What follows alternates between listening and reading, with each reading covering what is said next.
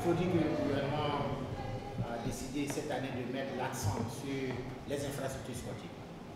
Parce qu'on ne peut pas parler de sport en l'absence d'infrastructures sportives. Or, malheureusement, la Côte d'Ivoire souffre de ces infrastructures sportives. 2014 sera donc l'année où le vaste chantier de réhabilitation et de construction des stades, des salles omnisports, des piscines, des plateaux d'athlétisme. 2014 sera l'année où tout cet important travail sera battu. Le gouvernement a décidé d'occuper sainement sa jeunesse. Le gouvernement a décidé que les jeunes soient sainement encadrés. Il n'y a pas de raison que dans nos quartiers, dans nos villes, il n'y ait pas de centre dédié ou d'aide dédiée au sport. On mettra donc l'accent sur la construction de ces infrastructures, mais cela passe par la loi sur le sport. En 2013, nous avons travaillé avec l'ensemble du mouvement sportif à retenir une mouture du test final, un test consensuel. Nous sommes sur la bonne voie. Le gouvernement l'a déjà analysé. Je pense que si tout va bien, avant la fin du mois de février, la Côte d'Ivoire va faire sa loi sur le sport. Malheureusement, naturellement, quand on parle de loi sur le sport, il ne faut pas se dire que c'est le cadre réglementaire à lui seul qui fera l'affaire. Il y a la question du financement du sport. Et 2014 sera l'année où la réflexion va être poussée pour que, enfin, les entreprises puissent mettre la main à la poche, puisqu'il est question ici de dire que l'État ne sera plus le seul à financer le sport en Côte d'Ivoire. À côté de l'État, il doit avoir les collectivités territoriales, mais surtout le secteur privé.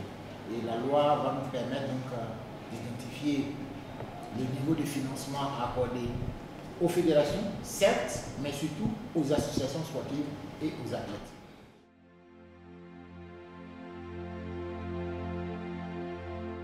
Écoutez, ce que nous disons, c'est qu'une bonne préparation doit se faire d'abord en Côte d'Ivoire.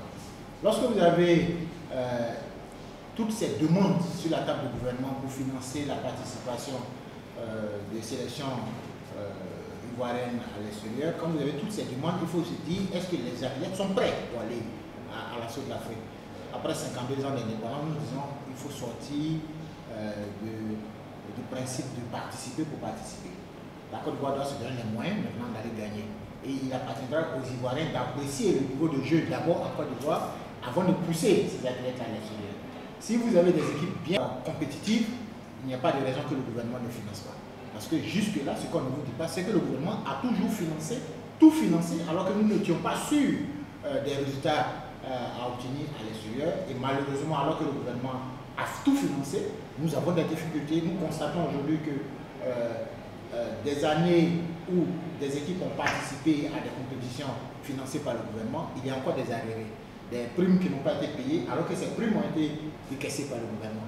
C'est tout ça qu'il faut gérer minutieusement pour que lorsqu'une équipe est compétitive, lorsque nous savons qu'elle peut aller gagner, elle ira. Le gouvernement mettra les moyens, puisque nous disons que la Côte d'Ivoire a assez de moyens pour permettre à des équipes d'aller nous représenter.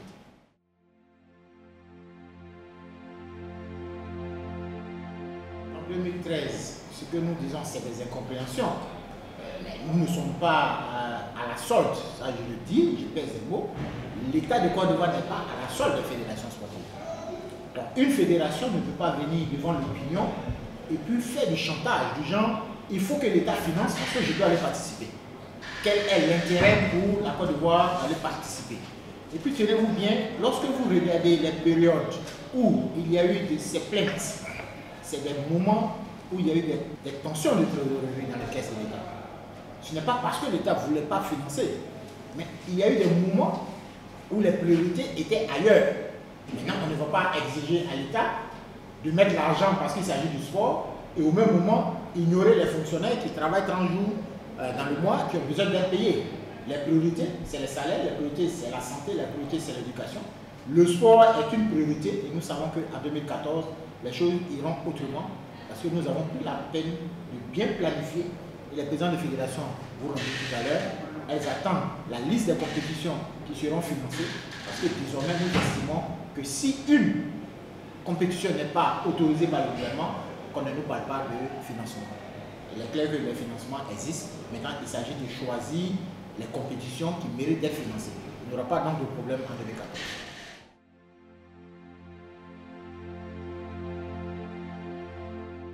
justement, les loisirs, si vous faites attention, au même titre que le sport, il n'y a pas de loi qui organise le sport, qui organise les loisirs en Côte d'Ivoire. Et en 2013, nous avons mis en place une commission pour nous proposer des tests pour réglementer les loisirs en Côte d'Ivoire.